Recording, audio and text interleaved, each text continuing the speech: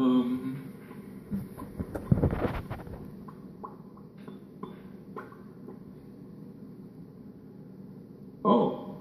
this is a little scary.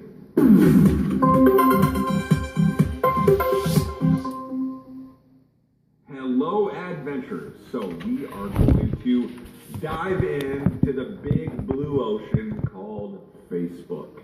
Now, before I jump into that big blue ocean, I wanted to give you some fun facts about Facebook that you might not know. I don't even know, what are we doing, a countdown? Like a top 10 fun fact. Do you know why Facebook is called blue? You know, Jeremiah? Mark Zuckerberg suffers from red-green color blindness. 6 degrees of Kevin Bacon. Yeah, have you heard of this game? What the game is that you can connect within 6 movies, any actor in any movie, to Kevin Bacon. And they've said that in the entire world that any two people are only 6 different relationships from each other. But what's cool about Facebook is you actually could take that data because it has all those connections, and the number actually isn't 6.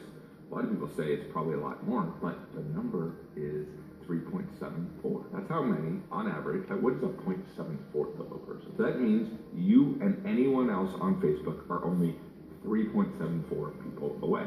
And that's pretty amazing when you think about relationships. Another fun fact is that if you take all of the traffic that is being used on the internet to upload things, right, so there's downloading, there's uploading, 27% of all of that traffic is Facebook pictures and videos being uploaded to the web. That's a lot. The number of likes in 1 minute that happen on Facebook is 1.8 million.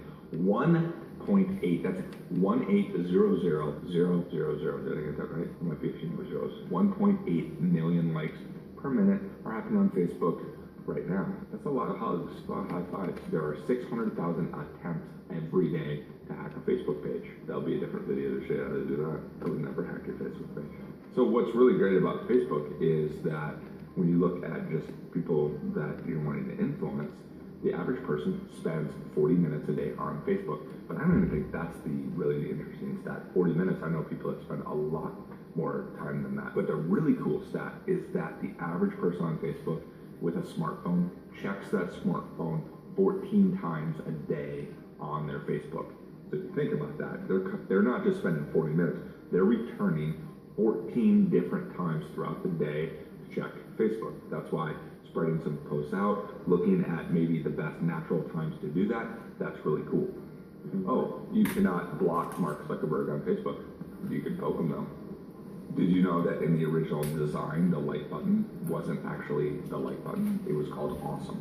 If you like something, you just say awesome, which is kind of awesome. So when I logged into Facebook, what this will have, this is my news feed. The news feed is not going to be every post of my friends. It is just going to be the most popular. The average person has about 1,500 posts from their friends, but only sees about 300. One of the things that I want to show you here, if I go over to the side on here, and again, depending on between if you're using the smartphone app, the tablet app, or the desktop, you'll see a version of this. So again, I have my news feed. If I wanted to change that to show the most recent, that's going to show me every post. But I don't like to generally see every post. I want to see the top stories because those are the ones that are going to always be the most relative to me. It is where I'm seeing everybody's posts, and everybody's going to engage mostly here in the newsfeed. Now, what changes sometimes is that this is called your timeline. Some people call this your wall. That actually changed in Facebook's design, and this is called your timeline. Now I'm seeing my timeline, and as you see, I can write a post here, and I can also go to other people's timeline. I can go to my friends, go to my buddy Mark's timeline. You see again, I can see his timeline and how that all works in here. And so again, there's a difference between my timeline and my newsfeed. This becomes just really my story. These are all either my posts or posts that people have done. What a lot of people do is they interact with notifications. Now again, depending on what app and where you are, notifications for me is right up here, and it's telling me that I have 2 notifications. And if I go to that here, that's where I can go and see what post. But a lot of people don't know that a really cool way to interact, not just with notifications, if I go over to here, there's something called Activity Log. Activity Log is really amazing, but nobody ever uses it. So I want to give you kind of an advantage here. Now this is a much better way sometimes to look at Facebook. So it happened to what happened today. So it says that I like a status, I like a video, they posted a link on my timeline. See, it's just showing everything that people are interacting with me or I'm interacting with them. But here's what's amazing. I can go over to this arrow right here, and now I want to see just my posts.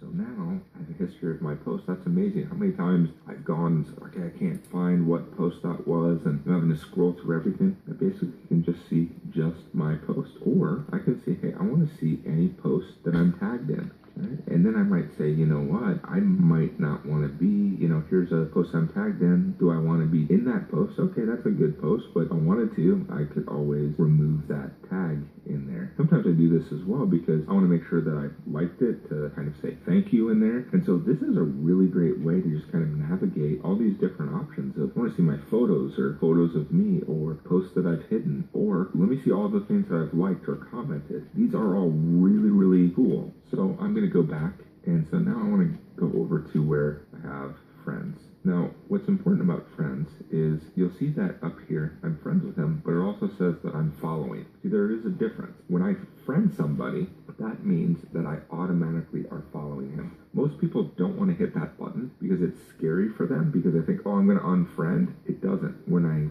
hit that button, it gives me options. You see, I don't want to unfriend somebody, but if I want to unfollow them, they do not get a notification of that. They would stop showing up in my news feed. Obviously, if I went to their timeline or their what was used to call a wall, I could still see it. It's not like I've blocked them, but they're going to not show up in my news feed anymore. And so this is a way also where you can just go to here, and so he's my friend, but I'm not getting his feed anymore. Now I am getting his feed. It's kind of a mute button. That's what I call sometimes social media timeout if I'm putting something in there. Those are some of the quick overviews of Facebook. So there you have it. Facebook, a big blue ocean of possibilities.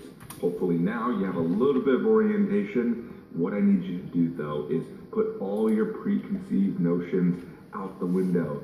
You think you know it, but we don't know it. It's always changing. We're looking for possibilities. I want you to explore. So just keep swimming because your adventure begins right now.